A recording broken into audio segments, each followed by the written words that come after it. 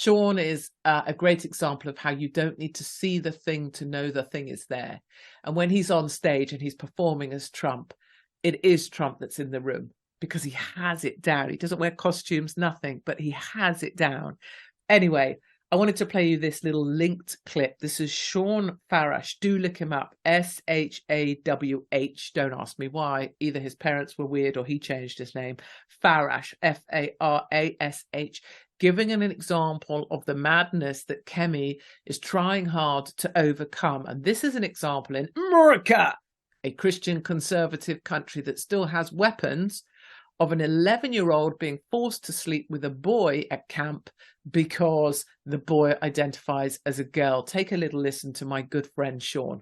Students offered to go on a field trip to the East Coast, Jefferson County Public Schools in Colorado. Parent signs permission slip, obviously, so the student can go. The parents believe that in the overnight portions of the trip, the students will be segregated by sex, only to find out that their 11-year-old girl was forced to sleep in the same bed as a biological boy, which means they were not segregated by sex. The school district shouldn't come out and go, well, they were segregated by sex because sex is gender identity and blah, blah, blah, blah, blah, all that garbage, right? That nonsense. But now if the parents go to the school board meeting and express frustration and disagree with what happened here, what happens to them? They're targeted and they're called domestic terrorists. Why? Because the Biden regime is the dictatorship that the left is all of a sudden so terrified of. You see how people like us, it gets to a point where we feel like we can't win? Well, if I go to the school board meeting and defend my child and say that my 11-year-old child being forced to sleep in the same bed as a biological boy on a field trip halfway across the country, if I go to the school board and I say that I don't like that, I could be labeled a domestic terrorist. So I'm just going to shut up. You see why I say compliance is surrender? Do not comply. Do not surrender. It's the path of least resistance for the dictators and the tyrants to take hold. This is unbelievable that we're even talking about a story like this.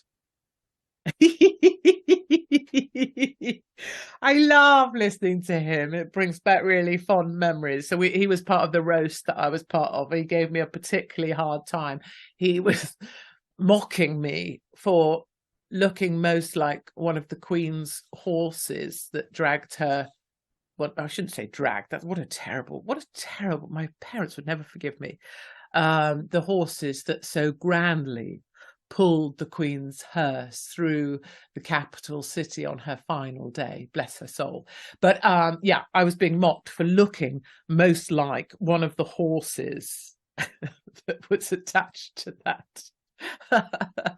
What else was I mocked for being? Oh, for being most like a transsexual in the room. But anyway, I love Sean very, very much. And the way that he speaks, he enunciates.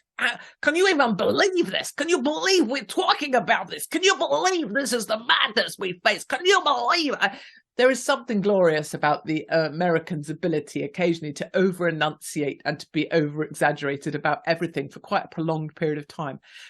2 minutes to the news, people, maybe even 1 minute now. And there were two things that were really important that we will go back to. But please take them in your pockets today, as I tell my son that I will always be in his pocket. One, EV cars dropped off the face of the planet, dropped off a cliff. They're just having to revise the estimates for how many people will have EV cars because the estimates were so wildly overstated. I'm looking for the figures that I've got written here.